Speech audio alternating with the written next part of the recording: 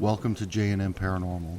Tonight we're delving deep into America's most notorious true crime stories. From the darkest tales of serial killers to chilling accounts of kidnappers and domestic terrorists, we're exploring the events that left an indelible mark on history. If you're enjoying our content, don't forget to hit that subscribe button. It's free and greatly supports our mission. Your feedback is invaluable to us, so please drop a comment below. And don't miss out on our haunted history, urban legends, and scary stories told in the rain playlists. Now sit back, relax, and enjoy the show. The Zodiac Killer is one of the most infamous, unidentified serial killers in American history. He operated primarily in the late 1960s to the early 1970s in Northern California. His mysterious letters, ciphers, and taunts sent to the media and police have fueled decades of investigation and speculation. The Zodiac claimed to have killed as many as 37 people, but only 5 deaths across 4 separate incidents between 1968 and 1969 have been confirmed as being committed by him. David Arthur Faraday and Betty Lou Jensen on December 20th, 1968, near Vallejo, California. Darlene Elizabeth Farron and Michael Ronald Mago on July 4th, 1969, in a parking lot in Vallejo. Mago survived the attack. Brian Calvin Hartnell and Cecilia Ann Shepard on September 27th, 1969, at Lake Berryessa near Napa, California. Shepard succumbed to her injuries 2 days after the attack. Paul Lee Stein on October 11, 1969, in San Francisco. Starting in 1969, the Zodiac began sending letters to local newspapers, taking credit for the murders and providing details that only the killer would know. He often included cryptograms or ciphers, of which only one has been definitively solved. The letters were often marked with a symbol of a circle with a cross through it, which became known as the Zodiac symbol. The Zodiac seemed to enjoy taunting the police and the public with his letters, ciphers, and phone calls. He frequently threatened more killings if his letters weren't published. Initially, the Zodiac targeted young couples in secluded areas. However, the murder of Paul Stein, a cab driver in San Francisco, deviated from this pattern. This particular incident also provided a detailed composite sketch, as it was witnessed by teenagers who saw the murderer wiping down the cab and its interior after the killing. After the 1960s and early 1970s, the letters and confirmed activities of the Zodiac Killer seemed to wane. While there were other communications in the following years attributed to him, they became less frequent. The Zodiac claimed many more murders, but not all have been confirmed or linked conclusively to him. Additionally, several unsolved murders in the area have at times been suspected to be the work of the Zodiac, but evidence is inconclusive. Over the years, several suspects have been considered by various law enforcement personnel and amateur sleuths. However, the true identity of the Zodiac remains unknown. The case has been one of the greatest unsolved crime mysteries in the U.S. The story of the Zodiac Killer has captured the imagination of the public for decades. It has been the subject of numerous books, movies, and TV shows. One notable example is the 2007 movie Zodiac, directed by David Fincher, who delves into the investigation and obsession of the journalists and detectives involved in the case. Despite the significant passage of time, the last known Zodiac communication, interest in the case remains high, and it continues to be the subject of extensive research and speculation. The Black Dahlia murder is one of the most infamous unsolved murder cases in American history, capturing the public's imagination for decades. On January 15, 1947, a local resident named Betty Bersinger was walking with her young daughter in a Los Angeles neighborhood when she made a grisly discovery: the severed body of a young woman, bisected at the waist, drained of blood, and posed with her hands above her head and her legs spread apart. Bersinger initially thought it was a discarded store mannequin before the gruesome reality set in. The victim was quickly identified as Elizabeth Short, a 22-year-old aspiring actress who had come to Hollywood in search of fame. Due to her habit of wearing black clothing and her preference for the dahlia flower, she had been nicknamed the Black Dahlia by her acquaintances. Born in Boston, Massachusetts in 1924, Short had a somewhat tumultuous childhood, marked by her father's sudden disappearance and presumed suicide. He was later found alive. At 19, she moved to California to reconnect with her father, but the reunion was short-lived due to conflicts. Short then began her transient life in Los Angeles, living in various places and making acquaintances along the way. The Los Angeles Police Department began an extensive investigation into Short's murder. The brutality of the crime and its grim theatricality indicated that the perpetrator was either very experienced or deeply disturbed. Shortly after the discovery of the body, the LAPD received a series of letters purportedly from the killer, which contained personal belongings of Short, including her birth certificate and photographs. An anonymous woman referred to as the Biltmore Hotel Mystery Woman was reported to have been seen with Short just days before her death. She was never identified. The official autopsy revealed that Short had been tortured for several days before her death. The bisecting cut was clean, suggesting that the perpetrator had some knowledge of anatomy. Over the course of the investigation, more than 150 men and women were considered suspects. This included a number of individuals who falsely confessed to the crime, either for attention or due to mental disturbances. Despite extensive investigations, no individual was ever charged with the crime, and the case went cold.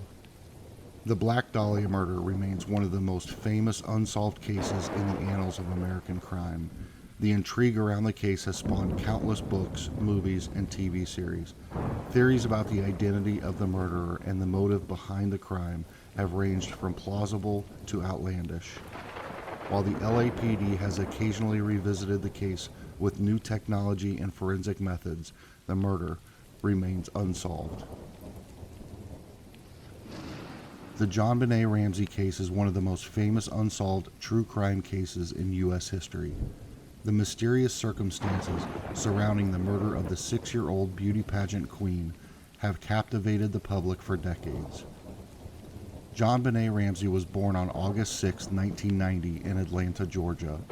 The Ramsey family later moved to Boulder, Colorado. She participated in various child beauty pageants and won several titles. On December 26, 1996, Patsy Ramsey, JonBenet's mother, reported finding a ransom note on the staircase of their home demanding $118,000 for the safe return of JonBenet. Despite the note's warning against contacting the police, the Ramseys called both the police and friends. A search of the home was conducted, but there was no sign of forced entry. Later that day, John Ramsey, JonBenet's father, and a family friend discovered her body in the basement of the family home. She had been struck on the head and strangled.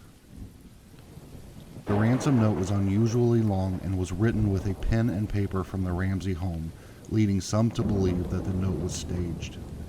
Given the absence of any signs of a break-in and the peculiarities of the ransom note, suspicion quickly turned to the Ramsey family. However, they consistently maintained their innocence. There was DNA evidence found on JonBenet's clothing, but it did not match any family members or known suspects. In 2003, new DNA technology cleared all members of the Ramsey family of any involvement in the crime. Numerous individuals outside of the family were also considered suspects over the years, but no charges were ever filed against anyone. In 2006, a school teacher named John Mark Carr falsely confessed to the crime while he was in Thailand. He was extradited to the U.S., but the charges were dropped when his DNA did not match the DNA found at the crime scene. In 2008, the Boulder District Attorney's Office officially exonerated the Ramsey family based on the DNA evidence and publicly apologized to them for the cloud of suspicion they had lived under for years. There have been countless theories about who killed JonBenet and why. Some people believe a family member was responsible, while others think it was an intruder. There have been theories suggesting everything from a random attack to a crime committed by someone the family knew to more far-fetched conspiracy theories. The media frenzy around the case was intense, and the family faced immense public scrutiny. The mystery of JonBenet Ramsey's death has led to numerous books, documentaries, and television specials. The case remains unsolved, though the Boulder Police Department has said the investigation remains open and active. The Ramsey case is emblematic of the challenges in high-profile investigations where media attention, public speculation, and the actual pursuit of justice can sometimes be at odds. The Lindbergh baby kidnapping is one of the most infamous crimes in American history, and it attracted tremendous public attention during its time. On the evening of March 1, 1932, Charles Lindbergh Jr., the 20-month-old son of aviator Charles Lindbergh and his wife Anne Lindbergh, was abducted from his nursery in the Lindbergh family home in Hopewell, New Jersey. A note demanding a ransom was discovered on the windowsill. The initial ransom note demanded $50,000 for the child's return. Over the following weeks, the Lindberghs received a series of additional notes, and the amount of the ransom was eventually raised to $70,000. The Lindberghs, desperate to retrieve their son, followed the kidnappers' instructions, and the ransom was paid on April 2, 1932. Damn, a month later? Despite the payment, the baby was not returned. Sadly, on March 12, 1932, the body of Charles Lindbergh Jr. was found in a wooded area a few miles from the Lindbergh home. The child had been killed shortly after the kidnapping. The investigation into the kidnapping spanned several years. A breakthrough came when gold certificates from the ransom money began to surface. The bills were being spent in the New York area, and their serial numbers had been recorded before the ransom was paid, allowing them to be tracked. In September 1934, Bruno Richard Hauptmann, a German immigrant, was arrested after one of the ransom bills was traced back to him. When his home was searched, additional ransom money was found, as well as other evidence linking him to the crime. Hauptmann's trial began in January 1935 and was a media sensation. He was charged with first-degree murder and kidnapping. Hauptmann maintained his innocence throughout the trial, claiming the money had been left in his garage by a friend. However, the evidence against him, including the ransom money, his alleged construction of the homemade ladder used in the kidnapping, and handwriting analysis linking him to the ransom notes, led to his conviction. He was found guilty and sentenced to death. Bruno Richard Hauptmann was executed in the electric chair on April 3, 1936. The massive publicity and public outcry over the Lindbergh baby kidnapping led to the passage of the Lindbergh Law, or the Federal Kidnapping Act, in 1932, which made transporting a kidnapping victim across state lines a federal crime. While the general consensus is that Hauptmann was guilty, there have always been some doubts and conspiracy theories surrounding the case, with claims of withheld evidence, false testimonies, and potential other suspects. However, Hauptmann's conviction remains a significant moment in the annals of American criminal justice. The Boston Strangler is the name given to the assumed murderer of 13 women in the Boston area between 1962 and 1964. The case is one of the most infamous in the history of American true crime. The victims, most of whom were S.A. and strangled, typically with their own stockings, ranged in age from 19 to 85. The wild age range and changing M.O. led to some initial doubts that a single person was responsible for all the murders. The series of murders created widespread panic among women in the Boston area.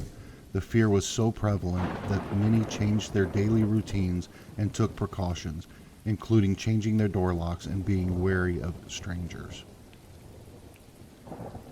In 1964, Albert DeSalvo, was arrested on unrelated charges and subsequently confessed to being the Boston Strangler. His detailed accounts of the murders and knowledge of the crime scenes lent credibility to his confession. Despite his confession, some people had doubts. DeSalvo was not charged with the Strangler murders because there was a lack of physical evidence linking him to the crime scenes. Instead, he was charged with a series of essays for which he was given a life sentence. DeSalvo was stabbed to death in prison in 1973. In 2013, new forensic evidence emerged. DNA from the last victim, Mary Sullivan, matched Albert DeSalvo's DNA, which was obtained from a relative. This confirmed DeSalvo's involvement in at least Sullivan's murder. As a result, authorities exhumed DeSalvo's body and confirmed the match. Despite the DNA match for one of the killings, the debate continues on whether one person was responsible for all the murders or whether there might have been multiple killers.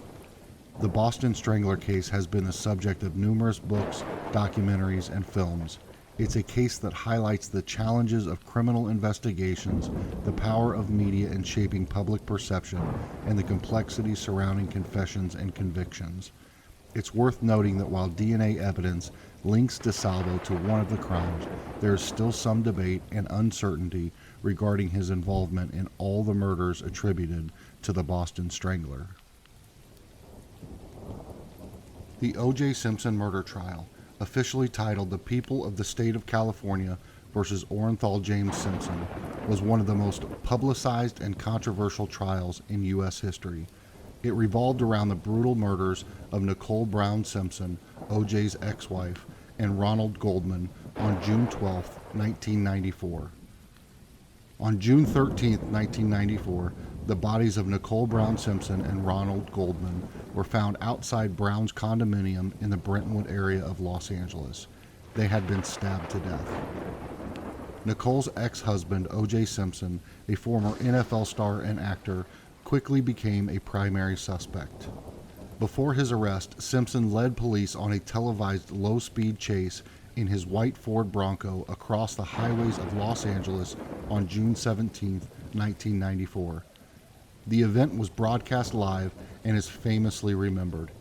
Simpson was in the car with a gun, and his former football teammate, Al Cowlings, was driving. Simpson eventually surrendered at his Brentwood mansion. Simpson's defense team, often referred to as the Dream Team, included prominent lawyers Robert Shapiro, Johnny Cochran, F. Lee Bailey, Alan Dershowitz, and others. The prosecution team was led by Marcia Clark and Christopher Darden. The prosecution presented a wide range of forensic evidence, including DNA from blood found at the murder scene and in Simpson's car and home. Bloody shoe prints and a bloody glove were also central to the case. The infamous phrase, "If it doesn't fit, you must acquit," was coined by Cochran during a courtroom demonstration where Simpson appeared to struggle to put on a blood-stained glove, suggesting it wasn't his. The trial was filled with controversies, including allegations of racism, police misconduct, and debates about the handling and collection of evidence. The defense argued that the evidence had been tampered with or planted to frame Simpson. On October 3, 1995, after a trial that lasted more than 8 months, the jury returned a verdict of not guilty for both murders. In a subsequent civil trial brought by the victims' families in 1997, Simpson was found liable for the wrongful deaths of Brown and Goldman. He was ordered to pay $33.5 million in damages, but the families have collected only a fraction of that amount. The trial, verdict, and all the events surrounding it evoked strong reactions from the public, often divided along racial lines. This case ignited debates about the criminal justice system, police procedures, racial relations, and the role of the media in trials. The O.J. Simpson trial remains a watershed moment in American pop culture, reflecting societal tensions and the power of television to shape public perception. Jeffrey Dahmer, also infamously known as the Milwaukee Cannibal or the Milwaukee Monster, was an American serial killer and offender who murdered and dismembered 17 men and boys between 1978 and 1991. His crimes were particularly gruesome, involving necrophilia, and cannibalism. Dahmer committed his first murder in 1978 at the age of 18, shortly after graduating from high school. He picked up a hitchhiker named Stephen Hicks, lured him to his home, and then struck him with a dumbbell before strangling him to death. He subsequently dismembered Hicks's body and buried the remains in a shallow grave in his backyard. After the murder of Hicks, Dahmer did not kill again for nearly a decade. However, during this time, he had numerous run-ins with the law for various minor offenses. Dahmer's killing spree resumed in the late 1980s, mostly in and around Milwaukee, Wisconsin. He typically targeted young men, often of African or Asian descent. Dahmer would lure his victims with offers of money or promises of alcohol or then drug them and strangle them to death. After killing them, he would often engage in sexual acts with the corpses before dismembering them. He took photographs of his victims at various stages of the dismemberment process, apparently as mementos.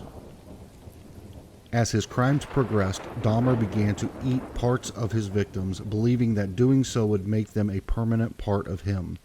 In a disturbing twist, he also tried to create zombies out of some of his victims by drilling holes into their skulls and pouring acid or boiling water into the opening while they were still alive. He believed this would leave them permanently submissive to him. Dahmer's crimes finally came to an end in July 1991 when one of his intended victims, Tracy Edwards, managed to escape and flag down 2 police officers. Edwards led the police back to Dahmer's apartment, where they discovered photographs of dismembered bodies and a refrigerator full of human remains. Dahmer was arrested and in 1992 was found guilty of 16 murders. He later confessed to a 17th. He was sentenced to 16 life terms in prison, avoiding the death penalty because Wisconsin had abolished it. In November 1994, Dahmer was beaten to death by a fellow inmate named Christopher Scarver at the Columbia Correctional Institution in Portage, Wisconsin. The Jeffrey Dahmer case garnered significant media attention and provoked widespread horror and fascination. His crimes raised numerous questions about the nature of evil, the causes of sociopathy, and the capacity for human depravity. Ted Bundy is one of the most notorious serial killers in American history. His crimes spanned several states in the 1970s, and he confessed to killing 30 young women, though the actual number of victims might be higher. Bundy's case is infamous not only for the brutality of his acts, but also for his ability to elude capture and manipulate those around him. Born Theodore Robert Cowell in 1946 in Burlington, Vermont, Bundy had a tumultuous upbringing. He was raised believing that his grandparents were his parents and his mother was his sister, to avoid the social stigma of her being an unwed mother. He later learned the truth, which reportedly had a profound effect on him. Bundy's criminal activity began with peeping into windows and escalated to theft, but these petty offenses were just the beginning. Beginning around 1974 in Washington state, young women started disappearing. These women typically had long, dark hair parted in the middle, and many of them resembled a former girlfriend of Bundy's. His method was often to feign injury or disability, luring sympathetic women to his car and then overpowering them. In 1975, Bundy was arrested in Utah for a failed kidnapping. While awaiting trial, police started connecting him to numerous unsolved murders across multiple states. He was convicted of the kidnapping and sent to jail. Later, while preparing for a murder trial in Colorado, Bundy escaped custody twice. His second escape was successful, and he made his way to Florida.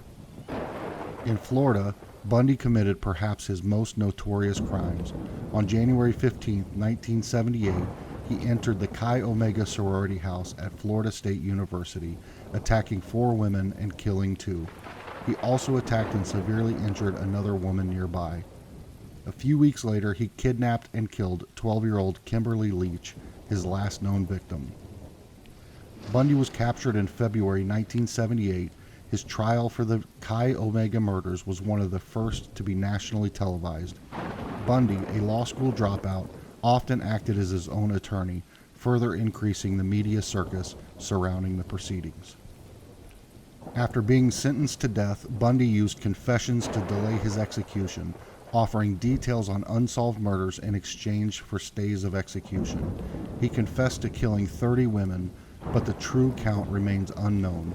On January 24, 1989, Ted Bundy was executed in the electric chair at the Florida State Prison.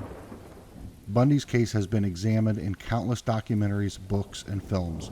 His charm and manipulative nature had led to debates about how such a seemingly normal person could commit such heinous acts. The case also serves as a cautionary tale about the dangers of manipulation and how appearances can be deceiving. In the realm of true crime, Ted Bundy remains a haunting figure, a testament to the hidden dark sides that can lurk beneath the most ordinary of facades. The case of the Menendez brothers is one of the most notorious true crime stories from the late 20th century. Lyle and Eric Menendez were the sons of Jose and Kitty Menendez. The family lived in the wealthy enclave of Beverly Hills, California, and from the outside appeared to have a charmed life, replete with all the trappings of success and affluence. On August 20th, 1989, the bodies of Jose and Kitty Menendez were found in the den of their Beverly Hills mansion. They had been shot multiple times with shotguns. Initially, the police did not suspect the brothers, as they appeared distraught and claimed they were not home at the time of the killings. However, as the investigation progressed, the behavior of the Menendez brothers began to arouse suspicion. After the murders, they embarked on a spending spree, buying luxury items and making large investments with the family's wealth. The major breakthrough came when Eric confessed to his psychologist that he and his brother had killed their parents. This confession eventually reached the police. The trial of the Menendez brothers was a media spectacle, broadcast widely on television and covered extensively by the press. Their defense attorneys argued that the brothers were driven to kill because of years of emotional, physical, and SA by their parents. The prosecution contended that the brothers murdered their parents to inherit their vast fortune. The first trial ended in 1994 with 2 deadlocked juries.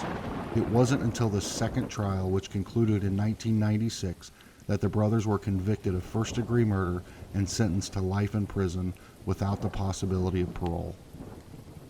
The Menendez brothers' case raised numerous issues and debates about the nature of abuse, the potential motivations behind the killing of one's parents, and the influence of media on high-profile trials. Since their conviction, both brothers have been serving their life sentences. The Menendez brothers' case remains a touchstone in American pop culture and is frequently referenced in discussions about the intersection of wealth, crime, and the media. The Oklahoma City bombing is one of the deadliest acts of domestic terrorism in U.S. history. On the morning of April 19, 1995, a massive explosion rocked the Alfred P. Murrah Federal Building in Oklahoma City, Oklahoma. The blast destroyed much of the building and damaged numerous surrounding buildings. In total, 168 people, including 19 children, were killed, and over 500 others were injured. Shortly after the explosion, investigators discovered the remnants of a Ryder rental truck which had contained the bomb. The bomb consisted of a deadly mixture of ammonium nitrate and fuel oil. The rapid investigation led to 2 primary suspects, Timothy McVeigh and Terry Nichols. The bombing was seen as a revenge attack against the U.S. government. McVeigh was reportedly motivated by his opposition to the government's handling of the Waco siege in 1993 and the Ruby Ridge standoff in 1992. He perceived these events as examples of government overreach and abuse of power. The date of the Oklahoma City bombing, April 19th, was exactly 2 years after the Waco siege ended in a deadly fire. Timothy McVeigh was arrested shortly after the bombing for driving without a license plate and illegally carrying a weapon. His connection to the bombing was made after investigators traced the Ryder truck's rental back to him. He was tried and found guilty on 11 federal counts, including conspiracy to use a weapon of mass destruction, use of a weapon of mass destruction, destruction by explosives, and 8 counts of first-degree murder. In 1997, he was sentenced to death and was executed by lethal injection on June 11, 2001. Terry Nichols, an associate of McVeigh, was found guilty of conspiring to build a weapon of mass destruction and 8 counts of involuntary manslaughter for the deaths of federal law enforcement personnel. He was sentenced to life in prison without the possibility of parole. In a separate state trial, Nichols was later found guilty of 161 counts of first-degree murder, including 1 count of fetal homicide, and was again sentenced to life in prison. The Oklahoma City bombing had a significant impact on the U.S., leading to tighter security measures around federal buildings and a reassessment of the domestic terrorism threat. The incident also served as a tragic reminder of the dangers of extremism. Today, the Oklahoma City National Memorial stands on the site of the Murrah building. It commemorates the victims, survivors, rescuers, and all who were affected by the bombing. The memorial includes 168 symbolic chairs, a reflecting pool, and the survivor tree, an American elm that withstood the blast and remains as a testament to resilience. The Unabomber is a moniker derived from the FBI's case name, University and Airline Bomber, referred to as early targets. The true identity of the Unabomber is Theodore John Kaczynski, an American former mathematics prodigy and professor turned domestic terrorist. Between 1978 and 1995, Kaczynski engaged in a nationwide bombing campaign in the U.S., targeting individuals involved with modern technology and industrial society. His homemade bombs killed 3 people and injured 23 others. His victims ranged from computer store owners to advertising executives and forestry officials, reflecting his anti-technological and nature-centric views. In 1995, Kaczynski sent a 35,000-word essay to several news outlets entitled Industrial Society and Its Future, commonly referred to as the Unabomber Manifesto. The document outlined his beliefs, particularly his argument that technological advancements are eroding human freedom and leading society towards its destruction. Kaczynski demanded that the manifesto be published, threatening further violence if his demand wasn't met. The New York Times and Washington Post, in consultation with the FBI, decided to publish the manifesto in the hope that someone might recognize the writing style or the ideas presented. The strategy worked. David Kaczynski, Theodore's younger brother, recognized similarities between the manifesto's writing style and content and his brother's earlier writings. After seeking counsel with a private investigator and an attorney, David approached the FBI with his suspicions. In April 1996, federal agents arrested Theodore Kaczynski at his remote cabin in Lincoln, Montana. There, they discovered a wealth of evidence, including a live bomb ready for mailing, bomb components, and a journal in which Kaczynski detailed his crimes. Facing a potential death penalty, Kaczynski initially tried to dismiss his court-appointed lawyers because they wanted to use an insanity defense, which he vehemently opposed. He eventually pled guilty to all charges in 1998 in exchange for a life sentence without the possibility of parole. Kaczynski is serving his sentence in a supermax federal prison in Florence, Colorado. The Unabomber case is notable not only for the crimes themselves, but also for the broader societal issues it raised.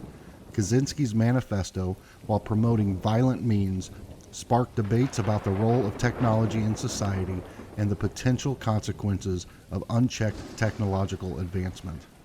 Additionally, the ethical implications of publishing the manifesto in response to threats, as well as the moral dilemmas faced by David Kaczynski in turning in his brother, have been subjects of discussion and analysis. The Green River Killer is one of the most infamous serial killer cases in American history. Gary Leon Ridgway was known as the Green River Killer. Ridgway was convicted of 49 murders, but later confessed to 71. Some estimates based on his confession suggest that he may have killed more than 90 people. Most of his victims were women, especially prostitutes and runaways. The murders were committed over nearly 2 decades, from the early 1980s to the late 1990s. Many of Ridgway's victims were picked up along Pacific Highway South. He would typically strangle them and then dispose of their bodies in wooded areas around the Green River Valley, hence the name Green River Killer. Some bodies were left in clusters, and sometimes he returned to the sites to engage in necrophilia. The first bodies were discovered in the Green River in 1982, leading to the naming of the unknown murderer as the Green River Killer. Despite a large-scale police investigation, the killer remained elusive throughout the 1980s and 1990s. Detectives collected DNA evidence from some crime scenes, but due to technological limitations of the time, they couldn't conclusively link anyone to the crimes. King County Police formed the Green River Task Force, which included Detective Dave Reichert, who played a key role throughout the case. With advancements in DNA technology by the 2000s, police were able to link Gary Ridgway to some of the murders in 2001. He was arrested in November of that year. In 2003, to avoid the death penalty, Ridgway struck a plea deal wherein he confessed to 48 murders and agreed to help authorities locate the remains of his victims. He was later convicted of an additional murder, bringing the total to 49. Ridgway was sentenced to life in prison without the possibility of parole. He is currently serving his sentence at the Washington State Penitentiary in Walla Walla. The case of the Green River Killer is notable for its duration, the number of victims, and the lengthy time it took to capture and convict Ridgway. It showcased the importance of DNA evidence in solving cold cases and also shone a light on the vulnerabilities of certain populations, such as prostitutes, to becoming victims of violent crimes. Richard Ramirez, commonly known as the Night Stalker, was a notorious American serial killer, R-word, and burglar who terrorized Southern California between 1984 and 1985. His crimes were particularly brutal, and he exhibited a wide range of modus operandi, making it initially difficult for authorities to pin down a single suspect. Over the course of roughly 1 year, Ramirez committed at least 13 murders, 5 attempted murders, 11 SAs, and 14 burglaries. Ramirez's attacks were particularly brutal and seemed random at first. He targeted both the elderly and the young, both men and women. He would often enter homes in the early morning hours, shooting or bludgeoning his victims. Some were forced to perform satanic rituals. Ramirez would frequently leave behind evidence of his Satanist beliefs. Richard Ramirez was caught in August 1985. His face had been broadcast on television and printed on the cover of every major California newspaper. Recognized by the public in East Los Angeles, he was chased down by a group of residents who detained him until police arrived. The trial of Richard Ramirez began in 1989 and was a significant media event. The evidence against him was overwhelming. It included fingerprints, stolen property, and witness testimonies. He was found guilty of 13 counts of murder, 5 counts of attempted murder, 11 counts of SA, and 14 counts of burglary, among other charges. Ramirez received multiple death sentences for his crimes. While awaiting execution in San Quentin State Prison, he died on June 7, 2013, of complications related to B-cell lymphoma. Ramirez had a troubled upbringing. He had been exposed to graphic, violent images and stories from a young age, particularly from a cousin who had served in the Vietnam War. He also had a history of drug abuse, predominantly cocaine. Ramirez's belief in Satanism played a role in his crimes. He often made his victims swear to Satan or would draw pentagrams at crime scenes. The Night Stalker's reign of terror had a profound impact on the residents of Southern California. Many purchased weapons for self-defense, reinforced their doors and windows, and some even moved away.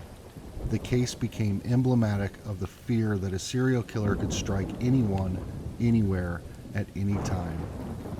Ramirez's case has been the subject of numerous books, documentaries, and films, as his crimes and the subsequent media frenzy left an indelible mark on American crime history. The Laci Peterson murder case captivated the United States in the early 2000s due to its tragic nature and subsequent media frenzy surrounding the investigation and trial. Laci Peterson was born on May 4, 1975, in Modesto, California. She was a substitute teacher. She married Scott Peterson, a fertilizer salesman, in 1997. By 2002, Laci was 8 months pregnant with their first child, a son they planned to name Connor. On December 24, 2002, Laci Peterson was reported missing from her home in Modesto, California. She was last seen by her husband, Scott Peterson, who said he left their home that morning to go fishing at the Berkeley Marina. When he returned home that evening and found Laci missing, he called her mother, who subsequently called the police. Laci's disappearance became a major news story, attracting widespread media attention. Volunteer searches began immediately, and the police started investigating Scott due to inconsistencies in his story and his seemingly detached behavior. It was discovered that Scott was having an extramarital affair with a woman named Amber Frey, who was unaware that he was married. Scott had told Amber he was a widower. Frey eventually cooperated with the police and recorded phone calls with Scott. Scott's accounts of his actions and whereabouts on the day Laci disappeared contained inconsistencies. Scott's public appearances and interviews, which often presented him in a bad light, led to further public suspicion. On April 13, 2003, the decomposed body of a late-term male fetus was found on the shoreline of San Francisco Bay. The next day, the body of a recently pregnant woman washed ashore a mile away from where the baby was found. DNA tests confirmed that these were the remains of Laci and her unborn son, Connor. Scott Peterson was arrested on April 18, 2003 in San Diego and was charged with 2 felony counts of murder with special circumstances: first-degree murder of Laci and second-degree murder of Connor. The trial began in June 2004. One of the main pieces of evidence was the GPS's tracking on Scott's vehicle, which showed he made multiple trips to the Berkeley Marina after Laci disappeared. The prosecution argued that Scott killed Laci in their home, then transported her body in his boat and dumped her in the San Francisco Bay. On November 12, 2004, after a high-profile trial, Scott Peterson was convicted of first-degree murder for Laci's death and second-degree murder for the death of their unborn son. On March 16, 2005, he was sentenced to death. Scott Peterson's conviction and sentence have been the subject of numerous appeals, documentaries, and public debate. Some believe there may have been a rush to judgment due to the intense media coverage and public sentiment against Scott. Peterson remains on death row in California, but there have been developments in his appeal process that could potentially lead to a new trial. Dennis Rader, also known as the BTK Killer, is one of the most notorious serial killers in U.S. history. The acronym BTK stands for Bind, Torture, Kill, which was his modus operandi. Dennis Rader's killings began in 1974 with the brutal murders of the Otero family. Over the years, he would claim other victims, each time eluding capture. Rader was meticulous and often taunted law enforcement and the media with letters detailing his crimes. Rader evaded capture for decades, in part due to his habit of sending taunting letters to police and local media.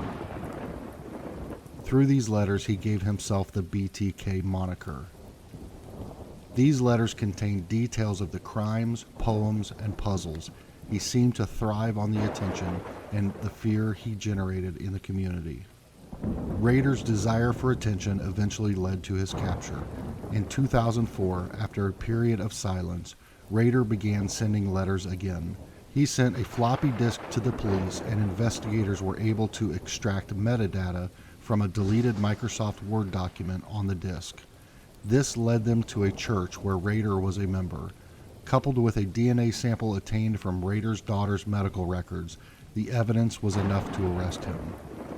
In 2005, Dennis Rader was arrested and subsequently confessed to all the BTK murders. He gave a chillingly emotionless account of his crimes in court, describing the details without any apparent remorse. Dennis Rader pleaded guilty to 10 counts of first-degree murder. He was sentenced to 10 consecutive life terms in prison, as Kansas did not have the death penalty at the time of his sentencing. Rader's motives seemed to center around the need for power, control, and attention. He often stalked his victims before choosing them, and many of his killings were sexually motivated. He lived a double life. On one side, he was a church president, a scout leader, and a family man.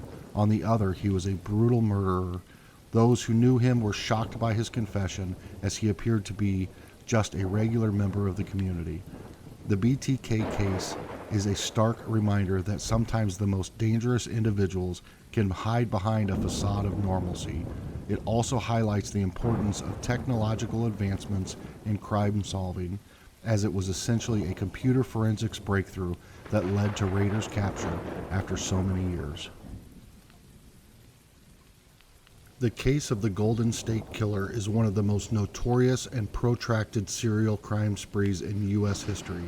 Spanning from the mid-1970s to the mid-1980s, the perpetrator was responsible for a series of crimes including burglaries, R-word, and murders. It wasn't until 2018 that an arrest was made, largely due to advances in DNA technology. The Golden State Killer is the name given to Joseph James DeAngelo, who committed more than 12 murders, over 50 SAs, and over 100 burglaries in California from 1974 to 1986. For a long time, the crimes were attributed to multiple culprits: the East Area R-word, the original Night Stalker, and the Visalia ransacker, before it was determined they were all the same individual. The Golden State Killer's crimes began as burglaries and escalated into R-words and murders. He was known for stalking his potential victims, breaking into their homes while they slept, and often tying up and assaulting them. The level of planning and the detailed knowledge he seemed to have about his victims was particularly chilling. The investigation into the Golden State Killer's crimes stretched for decades. Despite thousands of tips and numerous leads, he remained elusive. The case went cold for years. Interest in the case was renewed in the 2000s as cold case detectives, journalists, and amateur sleuths started revisiting the unsolved crimes. The case garnered significant public attention, particularly following the release of the book I'll Be Gone in the Dark by Michelle McNamara in 2018. McNamara coined the name Golden State Killer, and her book painted a detailed account of the case and her own obsession with it. In 2018, investigators made a breakthrough using a novel forensic technique. They used a public genealogy database to identify potential relatives of the killer based on DNA left at crime scenes. This led them to Joseph James DeAngelo. After surreptitiously obtaining his DNA from his car door handle and a discarded tissue, they found a match with the DNA from his crime scenes. DeAngelo, a former police officer in the 70s, was arrested at his home in Citrus Heights, California. In June 2020, DeAngelo pleaded guilty to multiple counts of murdering and kidnapping, sparing him from a potential death penalty trial. He also admitted to numerous crimes he wasn't charged for, including the R-word, due to the statute of limitations having expired. In August 2020, DeAngelo was sentenced to life in prison without the possibility of parole. The capture and conviction of the Golden State Killer was a significant moment in the history of American criminal justice, not just because of the severity and duration of his crimes, but also because of the innovative DNA techniques used to identify and capture him. The Patty Hearst kidnapping is one of the most infamous and widely discussed true crime cases in American history, not just because of the sensational aspects of the crime itself, but because of the complex political, social, and psychological factors surrounding it. Patricia Campbell Hearst, the granddaughter of the American publishing magnate William Randall Hearst, was kidnapped on February 4, 1974. Patty, as she was often called, was kidnapped from her Berkeley, California apartment by a group called the Symbionese Liberation Army, or SLA. The SLA was a small, radical leftist group known for its revolutionary rhetoric and criminal activities. After the kidnapping, the SLA demanded that the Hearst family donate millions of dollars in food to the needy of California as a condition for Patty's release. The Hearst family tried to meet these demands to some extent, organizing a massive food giveaway. However, the SLA criticized the efforts as inadequate and didn't release Patty as promised. A few months after her kidnapping, Patty Hearst surfaced in a bank surveillance video. In a shocking turn, she was seen participating in a bank robbery alongside the kidnappers.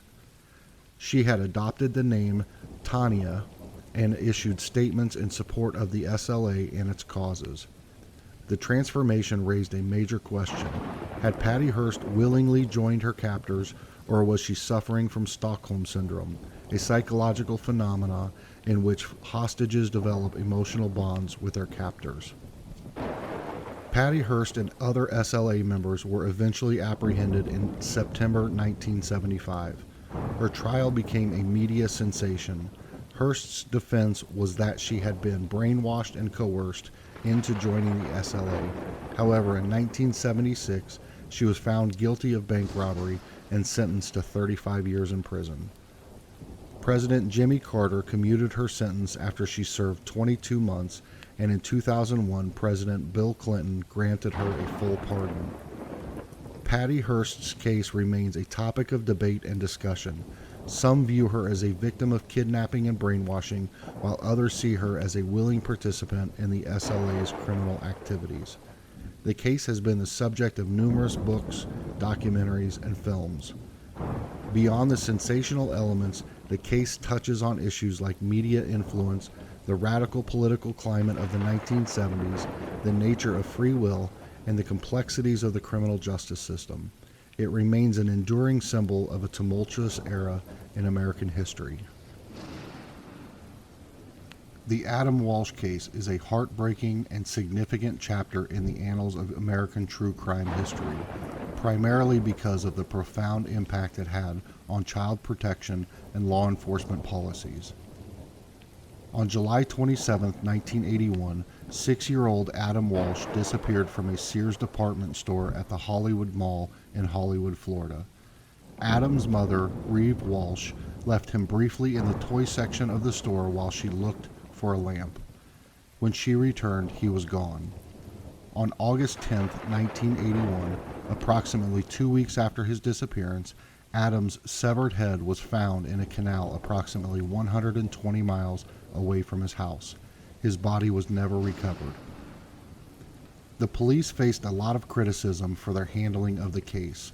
Early missteps and the lack of proper resources hindered the investigation. Numerous suspects and leads were considered over the years, but no substantial evidence was found that directly linked any particular individual to Adam's murder. In 1983, Otis O'Toole, a drifter and convicted serial killer, confessed to Adam's murder. He provided details about the crime and claimed he had abducted Adam from the mall and later killed him. However, inconsistencies in his story and a lack of physical evidence led to doubts. At one point, Toole recanted his confession, only to later reconfess. In 1996, Toole died in prison while serving a life sentence for other crimes.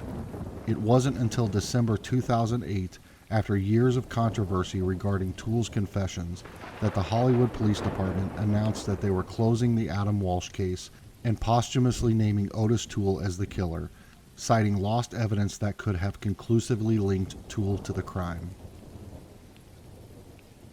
In response to his son's murder and the perceived ineptitude of authorities, Adam's father, John Walsh, became an outspoken advocate for the rights of missing and exploited children. He co-founded the Adam Walsh Child Resource Center and became the host of the television show America's Most Wanted. This show played a pivotal role in capturing many fugitives by enlisting the public's help. Adam Walsh Child Protection and Safety Act, signed into law by President George W. Bush in 2006, this act established a national database of convicted child molesters, increased penalties for federal offenses against children, and addressed shortcomings in the national and state sex offender registry systems.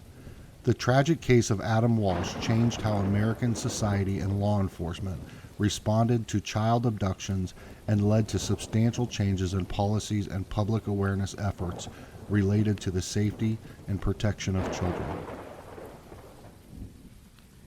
The disappearance of Natalie Holloway is one of the most widely publicized missing person cases of the 21st century. Natalie Holloway, an 18-year-old American woman from Mountain Brook, Alabama, disappeared on May 30th, 2005, while on a high school graduation trip to Aruba, a Caribbean island. She was last seen leaving a bar and nightclub called Carlos and Charlie's in the capital of Aruba in the early hours of the morning with 3 local men, Jordan Vandersloot and brothers Deepak and Satish Kalpo. The 3 men last seen with Natalie were initially arrested but released without charges due to a lack of evidence. They provided contradictory statements about the last time they saw Holloway, but all claimed that they dropped her off at her hotel and did not harm her. Both local authorities and American investigators conducted extensive searches for Holloway, but they did not find any evidence of her whereabouts. Her case generated significant media attention in the U.S., with several TV specials, documentaries, and news programs covering it. Over the years, Vandersloot gave several conflicting statements and confessions related to the Holloway disappearance, only to later retract them. His inconsistent narratives made it difficult for authorities to discern the truth about what happened to Holloway. In 2010, Vandersloot was arrested and subsequently convicted for the murder of Stephanie Flores in Lima, Peru. He was sentenced to 28 years in prison for that crime. This further cast suspicion on his involvement in Holloway's disappearance, although no concrete evidence linking him to it has been found. Over the years, there have been various leads, potential witnesses, and alleged discoveries of remains, but none have conclusively solved the mystery of Holloway's disappearance. The case had a significant impact on Aruba's tourism industry, with many Americans initially boycotting the destination because of perceptions of mishandled investigations. Holloway's disappearance has been the subject of numerous books, documentaries, and television specials. Her mother, Beth Holloway, became an advocate for families of missing persons and authored a book about her daughter's disappearance. After serving his sentence for the murder in Peru, Vandersloot is expected to be extradited to the U.S. on charges of extortion and wire fraud related to the Holloway case. He had allegedly tried to extort money from Holloway's family in exchange for information about her whereabouts. The Texas Tower shooting on August 1, 1966 by Charles Whitman is one of the earliest and most infamous mass shootings in American history. Charles Whitman was a 25-year-old former Marine and student at the University of Texas. Before the tower incident, Whitman had shown signs of mental disturbance. He had sought professional help and had expressed violent urges in the past. In his journals, he expressed concern about his own mental state and even requested in a suicide note that an autopsy be performed on his brain to find out if there was a reason for his actions and headaches. Later, an autopsy did reveal a pecan-sized tumor, but its impact on his actions remained a matter of debate. On the morning of the shooting, before heading to the university, Whitman killed his mother, Margaret, in her apartment, and then his wife, Kathy, in their shared residence. After killing his family, Whitman made his way to the University of Texas campus. He came prepared, bringing with him a footlocker filled with supplies, including food, water, and a variety of weapons. He first entered the main building of the university, and after killing a receptionist and wounding others, he made his way to the observation deck of the tower. From this vantage point, which was nearly 300 feet in the air, he began firing at people below. Over the course of 96 minutes, Whitman indiscriminately shot at people on the ground, resulting in a total of 16 dead and over 30 wounded. The police, aided by armed civilians, tried to stop Whitman. The lack of adequate communication and unpreparedness for such an event made it challenging to manage the situation. Ultimately, Whitman was killed by police officers Houston McCoy and Ramiro Martinez, who bravely ascended the tower to confront him. The Texas Tower shooting was a shock to the nation and led to a reevaluation of police tactics and response to such events. The tragedy also fostered a growing awareness of the need for better mental health services and understanding. This event has been the subject of numerous documentaries, books, and articles. It is remembered not only for its horror, but also for the acts of heroism displayed by both civilians and law enforcement on that tragic day. Our hearts and thoughts go out to the victims and families associated with these horrendous crimes. If you or anyone you know is struggling with mental issues or dark thoughts, please reach out to a professional. Help is available. Thank you for watching. Please like and subscribe for more content. Until next time, stay curious.